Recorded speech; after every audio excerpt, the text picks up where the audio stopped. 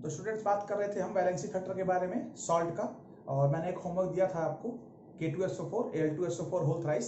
तो आइए डिस्कस करते हैं इसकी वैलेंसी फैक्टर कितनी होगी। क्वेश्चन में था हमारे पास K2SO4 Al2SO4 होल थ्राइस। ये सिंपल सा एग्जांपल है। हमने K2SO4 के वैलेंसी फैक्टर को डिस्कस किया था, Al2SO4 होल थ्राइस के वैलेंसी फैक्टर को डिस्कस किया था। अब हम डिस्कस कर रहे हैं क्या K2SO4 dot Al2SO4 whole thrice. तो आइए चेक करते हैं इसको। 2 potassium plus charge SO4 minus 2 aluminium plus 3 2 aluminium SO4 minus 2 3। यहां चेक करो आप, plus 2 minus 2 plus 6 and minus 6।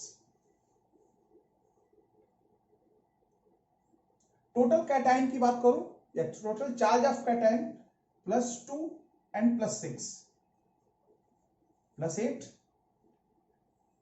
And total charge of anion minus 2 minus 6 minus 8।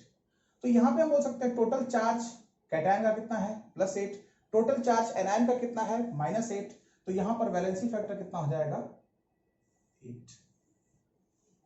ठीक है, तो ये रहा हमारा नॉर्मेलिटी का वैलेंसी फैक्टर। और normality number of gram equivalent present in 1 litre of solution. Gram equivalent के लिए वेट अपॉन इक्विवेलेंट वेट, और इक्विवेलेंट वेट आप फाइंड कर सकते हैं molecular weight upon valency factor, और वैलेंसी फैक्टर फाइंड आउट कर सकते हैं आप एसिड बेस और सॉल्ट के लिए, तीनों के लिए अलग अलग जिस तरह के कंपाउंड गिवन होंगे आप उस मेथड से फाइंड आउट कर सकते हैं। एसिड के लिए displaced number of H+ ion, base के लिए displaced number of OH- ion, and salt के लिए total charge of anion and total charge of cation. दोनों में से किसी एक के टोटल चार्ज को आप कैलकुलेट करें और वो क्या बनेगा हमारा वैलेंसी फैक्टर। नेक्स्ट डिस्कस करते हैं हम molality. Yes, what is molality?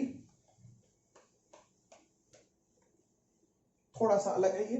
Number of mole of solute present in 1 kg of solvent.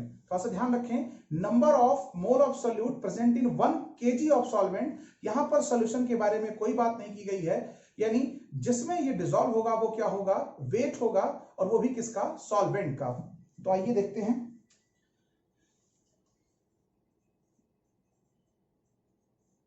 Molality represent करेंगे हम स्मॉल m से, number of mole of solute, mole जितने भी होंगे किसमें मौजूद होंगे ये 1 kg सॉल्वेंट में। 1 किलोग्राम अगर सॉल्वेंट लेते हैं, 1 किलोग्राम सॉल्वेंट में आप जो सॉल्यूट्स के मोल लोगे वो क्या कहलाएगी, मोलैलिटी।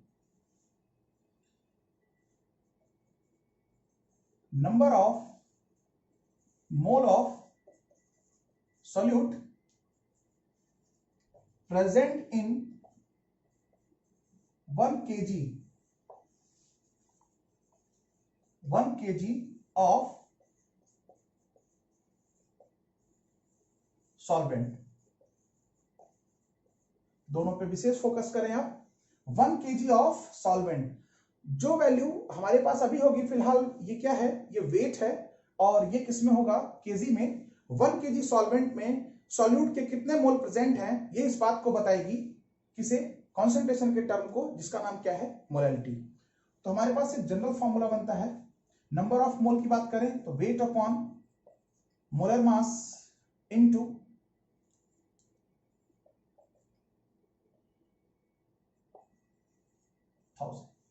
मेरे पास यहाँ पे दो तरह के वेट्स आ रहे हैं। एक वेट यहां पर सॉल्यूट का है और अनदर वेट मेरे पास सॉल्वेंट का है। तो हम आज इस सॉल्यूशन वाले चैप्टर में मैं फिक्स कर देता हूं, जब कभी भी बात होगी सॉल्यूट के वेट की तो मैं किससे रिप्रेजेंट करूंगा, WB से, और जब कभी भी बात होगी सॉल्वेंट के वेट की तो मैं बात करूंगा WA से। यानी B हम डिसाइड कर रहे हैं यहां पे पूरे सॉल्यूशन चैप्टर के लिए, B डिसाइड कर रहे हैं हम किसके लिए, सॉल्यूट के लिए,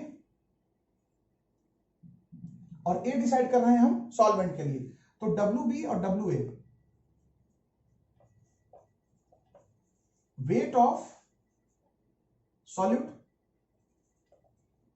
and WA weight of solvent, WB weight of solute, WA weight of solvent, MW, yes, molecular weight of solute। मेरे पास सिंपल फॉर्मूला बन के आया है, weight upon molar mass into WA upon 1000। If weight of solvent given in gram, then multiply by 1000।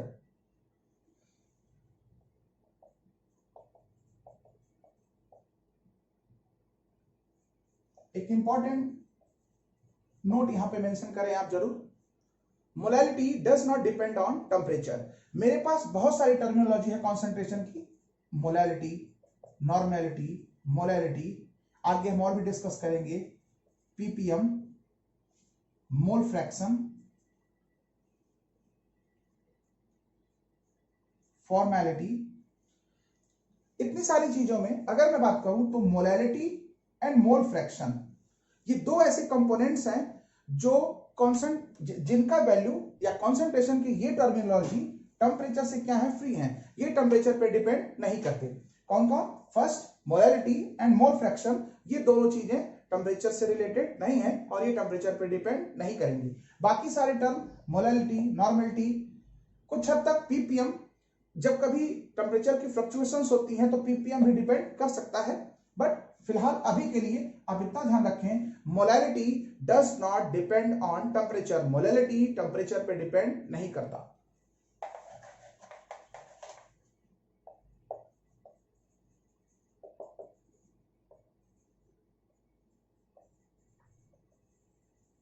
Depend on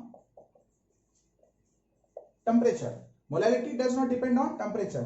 simple सा एक formula molality के लिए और ये डेफिनेशन, इस इंपॉर्टेंट पॉइंट को याद रखें, बाकी सारी बातें हम और करते हैं आगे।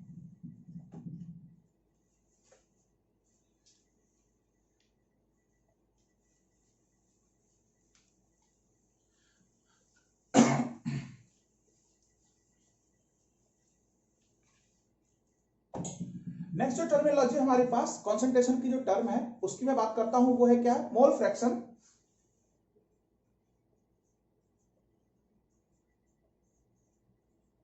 इसे हम रिप्रेजेंट करते हैं किससे? कैपिटल एक्स से।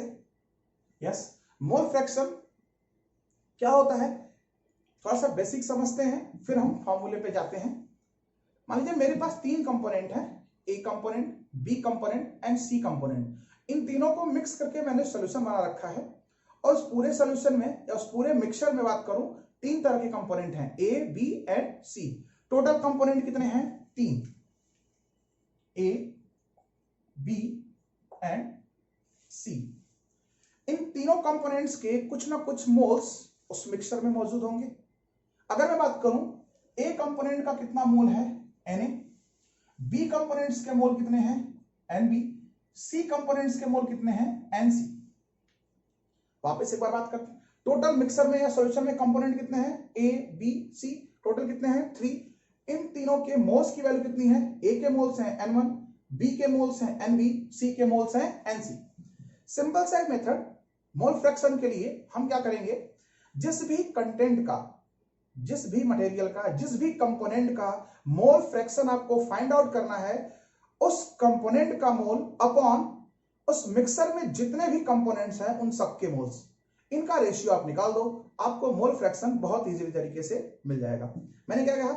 जिस कंपोनेंट का मोल फ्रैक्शन फाइंड आउट करना है। यस, अगर मैं बात करूं XA means mole fraction of A। Mole fraction of A का मतलब, इसको आप कैसे रिप्रेजेंट करोगे? A के moles upon total moles. A का mole Na upon total moles Na plus Nb plus Nc, Na plus Nb plus Nc। Yes, mole fraction of A is equal to mole of A upon total mole of all component. A component का mole upon total components के जितने भी moles हैं उनको add कर दो, आप easily mole fraction find out कर सकते हो।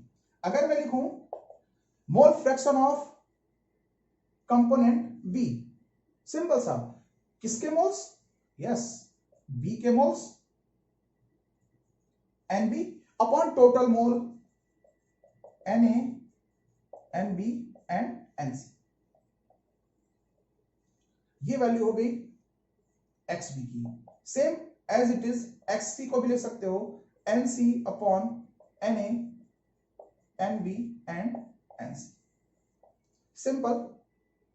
एक बात और बताना चाहूंगा, कुछ इंपॉर्टेंट पॉइंट्स है मोल्स फ्रैक्शंस के बारे में। मोल्स आप कैसे निकाल सकते हो, एक बिल्कुल तरीका है।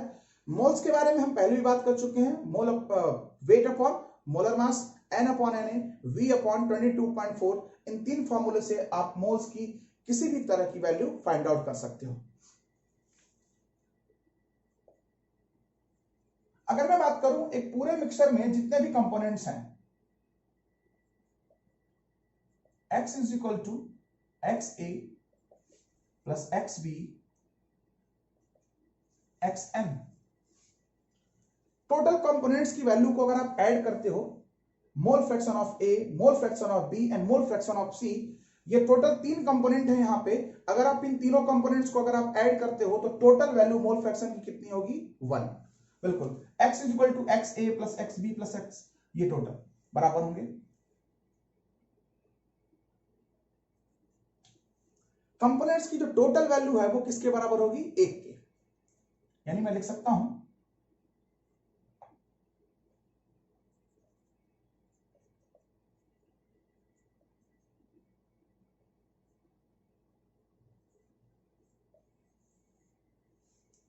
फिलहाल अगर कंपोनेंट्स की वैल्यू बढ़ते जा रही है, x A x B x C x D dot dot dot and so on x N last तक, तो इन सबको अगर आप जोड़ोगे तो टोटल कंपोनेंट की वैल्यू किसके बराबर होगी, 1 के ही। तो मैं इसको डॉट डॉट बढ़ा देता हूं,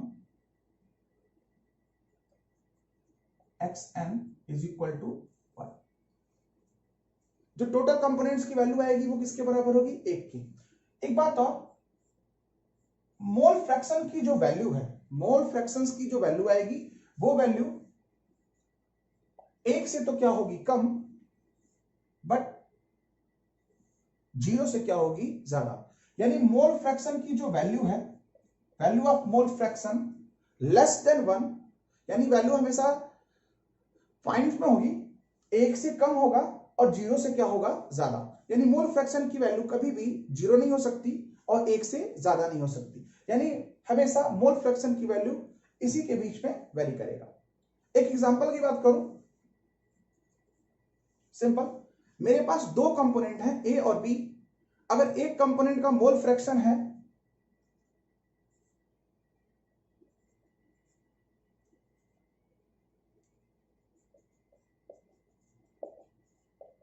0.3 और दूसरा कंपोनेंट है एक्स बी, तो इसकी वैल्यू कितनी होगी। आपको पता है एक्स ए और एक्स बी की जो टोटल वैल्यू होगी वो टोटल वैल्यू किसके बराबर होगी, 1 के। यहां पर एक्स ए की वैल्यू कितनी है, 0.3। तो अगर आप एक्स ए की वैल्यू को 1 में से माइनस करते हो तो आपको किसकी वैल्यू मिलेगी, एक्स बी की। तो सिंपल, आप 1 माइनस 0.3 करेंगे तो आपको मिलेगा 0.7। यानी एक्स ए की वैल्यू अगर 0.3 है तो एक्स बी की वैल्यू कितनी होगी, 0.7। तो आप इन दोनों को ऐड करो, x A and x B, 0.3 and 0.7, आप इन दोनों को ऐड करोगे तो टोटल वैल्यू किसके बराबर आ जाएगी, 1 के। ध्यान रखें, मोल फ्रैक्शन किसी भी कंपोनेंट का फाइंड आउट करना हो, वो कंपोनेंट अपॉन उस मिक्सचर में या सॉल्यूशन में जितने भी कंपोनेंट्स है उनके टोटल मोल्स का जो रेशियो है वो क्या कहलाता है, मोल फ्रैक्शन। मोल फ्रैक्शन की टोटल वैल्यू, कंपोनेंट्स की जितने भी मोल फ्रैक्शन उनकी टोटल वैल्यू 1 के बराबर होती है। मोल फ्रैक्शन की जो टोटल वैल्यू है वो 1 के बराबर, एंड मोल फ्रैक्शन की जो वैल्यू है वो 0 से तो ज्यादा बट 1 से क्या होगी, कम। तो ये हो गया हमारे पास क्या, मोल फ्रैक्शन। इस पे बेस्ड कुछ क्वेश्चंस हैं वो इजी तरीके से फाइंड आउट किए जा सकते हैं। जैसे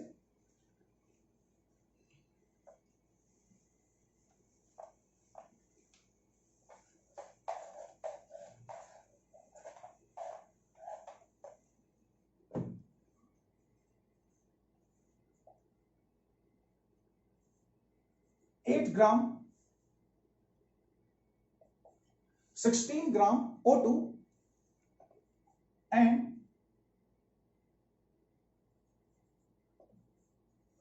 28 ग्राम N2, 16 gram O2 and 28 gram N2 present in a mixture.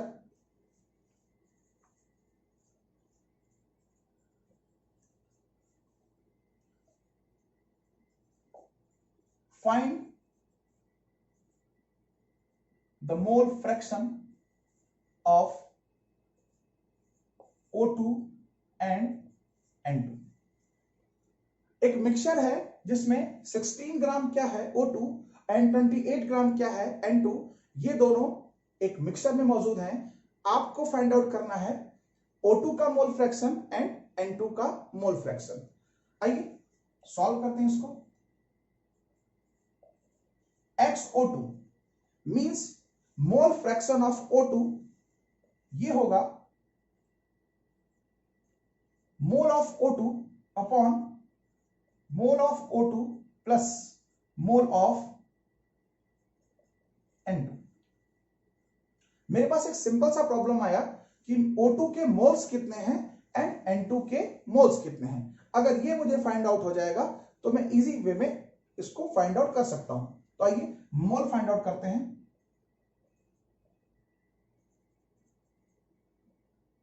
Mole of O2 simple. इस क्वेश्चन में क्या गिवन है? वेट। यस, 16 ग्राम O2। मोल निकालने के लिए फर्स्ट फॉर्मूला हमारे पास है वेट अपॉन मोलर मास।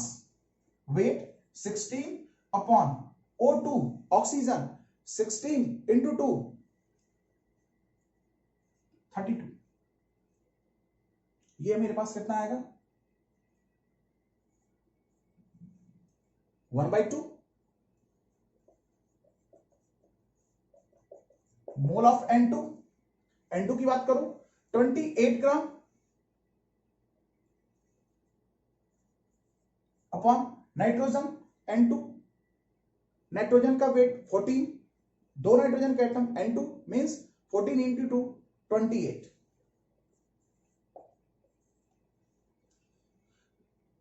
O2 के मोल्स कितने हैं? 1/2। N2 के मोल कितने हैं? 1।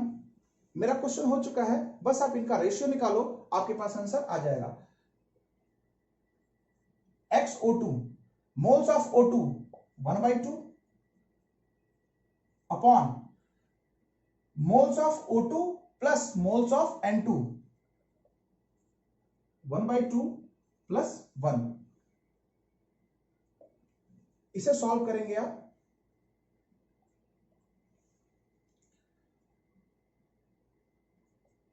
One by two 3/2 1/2 and 3/2 means 1/3। ये हो गया मेरे पास मोल। XN2 क्वेश्चन नोट करें आप जल्दी से, मैं क्वेश्चन को हटा रहा हूं।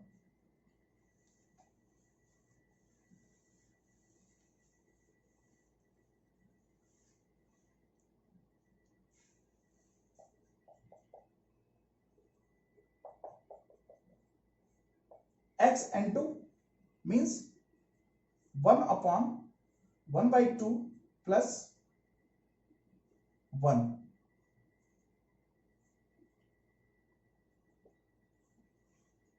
3/2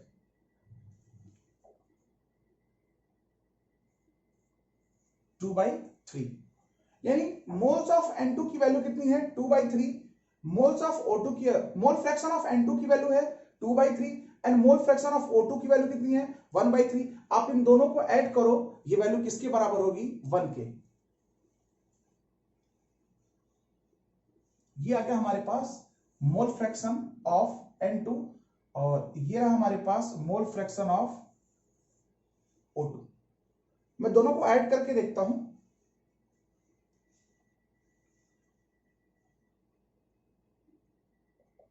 XN2 plus XO2 is equal to 1/3 plus 2/3 is equal to 3/3 is equal to 1। आप देख लो जितने भी कंपोनेंट्स थे, यानी दो कंपोनेंट्स नाइट्रोजन एंड ऑक्सीजन, ये दोनों कंपोनेंट्स थे और इनकी जो वैल्यू है वो किसके बराबर है, दोनों के मोल फ्रैक्शन की जो वैल्यू है वो किसके बराबर है, 1। आपका आंसर यहां से भी आ सकता था अगर आप सीधे इसको 1 में से माइनस कर देते हो। अगर आप इसे 1 से माइनस करोगे तो ये वैल्यू 2/3 के बराबर ही आएगा। तो ये रहा मेरे पास मोल फ्रैक्शन। हम बात करते हैं स्ट्रेंथ के बारे में, जो हमारी अगली टर्मिनोलॉजी है वो क्या है, स्ट्रेंथ।